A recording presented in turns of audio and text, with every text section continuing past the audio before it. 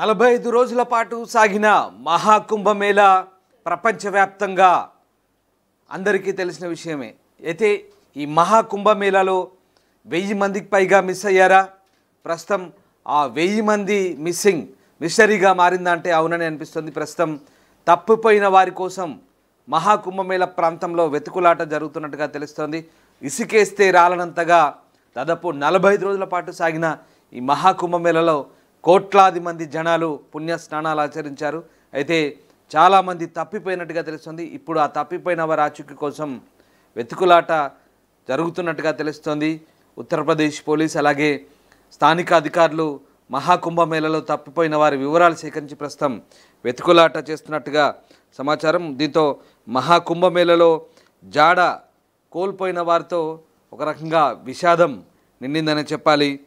ప్రస్తుతం ఇక ఇసుకేస్తే రాలనంతగా ఉన్నటువంటి జనంతో 1.5 రోజుల పాటు సాగిన కుంభమేళాకు సంబంధించి తప్పిపోయిన వారి కోసం సెర్చింగ్ ఆపరేషన్ అయితే కొనసాగుతున్నట్టుగా తెలుస్తుంది. మొత్తం 869 కుటుంబాల్లో ఈ పుణ్యస్నానాలు విషాదాన్ని నింపినట్టుగా రికార్డ్స్ చెప్తున్నాయి. సో మొత్తం మీద సమాచారం అయితే అందుతుంది. సో మహాకుంభమేళాలో 869 కుటుంబాలకు సంబంధించి 1000 మంది మిస్ అయ్యారంటే దీనికి సంబంధించిన పూర్తి స్థాయి సమాచారం ఇంకా అధికారులు ఏ రకంగా నిర్ధారిస్తారని మాత్రం తెలియాల్సి ఉంది. సో ప్రస్తుతానికి అయితే వెతుకులాట సాగుతున్నట్టుగా వార్తలు అయితే అందుతున్నాయి. రైట్, మా కొలీగ్ ప్రవీణ్ జాయిన్ అవుతున్నారు. ప్రవీణ్, దాదాపు 869 కుటుంబాల్లో 1000 మంది మిస్ అయినట్టుగా చెప్తున్నారు. దీంట్లో వాస్తవం ఎంత? నిజంగా అధికారులు ఏమైనా నిర్ధారించారా? వీరి కోసం సెర్చింగ్ కొనసాగుతోందా? రామదాస్, మహాకుంభమేళా స్నానాలకు సంబంధించి దాదాపు 45 రోజుల పాటు జరిగిన ఈ కుంభమేళా ప్రయాగ్రాజ్ లో జరిగినటువంటి ఈ మహాస్నానాలు 150 సంవత్సరాల తర్వాత వస్తాయనే ఒక నమ్మకంతో జనాలు భక్తులైతే విపరీతంగా ఎగబడ్డారు. దాదాపు 45 రోజుల్లో అధికారికంగానే 70 కోట్ల మంది పుణ్య స్నానాలు చేశారని చెప్తున్నారు. అనధికారికంగానే అయితే దాదాపు 80 కోట్ల వరకు 85 కోట్ల వరకు ఉంటారని చెప్పేసి అంచనా. అయితే ఎటు చూసినా దాదాపు 150 కిలోమీటర్ల వరకు ఎటు చూసినా కూడా పూర్తిగా జనాలే ఇసుకేస్తే రాలనంతగా మొత్తం ఎక్కడ చూసినా జనాలు గుడారాలు అదైతే కనిపించిన పరిస్థితి. అంతమంది జనాల్లో దాదాపు 1000 మంది తప్పిపోయారని చెప్పేసి మనకు సమాచారం. ఆ 1000 మంది కూడా వాళ్ళకి సంబంధించిన మా కుటుంబ సభ్యులు కనిపించట్లేదు.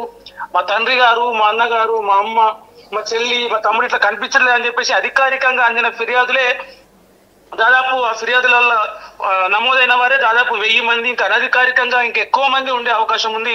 అయితే కంప్లైంట్స్ రానివి ఇంకెన్ని ఉన్నాయి, మరి మిస్ అయిన వాళ్ళందరూ ఎటు పోయినారు, వాళ్ళ దగ్గర ఫోన్లు లేవా, వాళ్ళ సమాచారం ఎక్కడ పోయింది, వారికి సొంత ఊరు తెలియదా? ఇప్పటికీ ఫిబ్రవరి 26 నాడు ఇది పూర్తయింది మహాకుంభమేళా. అయిపోయి కూడా దాదాపు 14-15 రోజులుగా వస్తుంది. ఇప్పటి వరకు కూడా వాళ్ళ ఇంటికి చేరలేదా, మరి ఎటు పోయినారు అనేది కూడా మిస్టరీగా మారిందని చెప్పొచ్చు.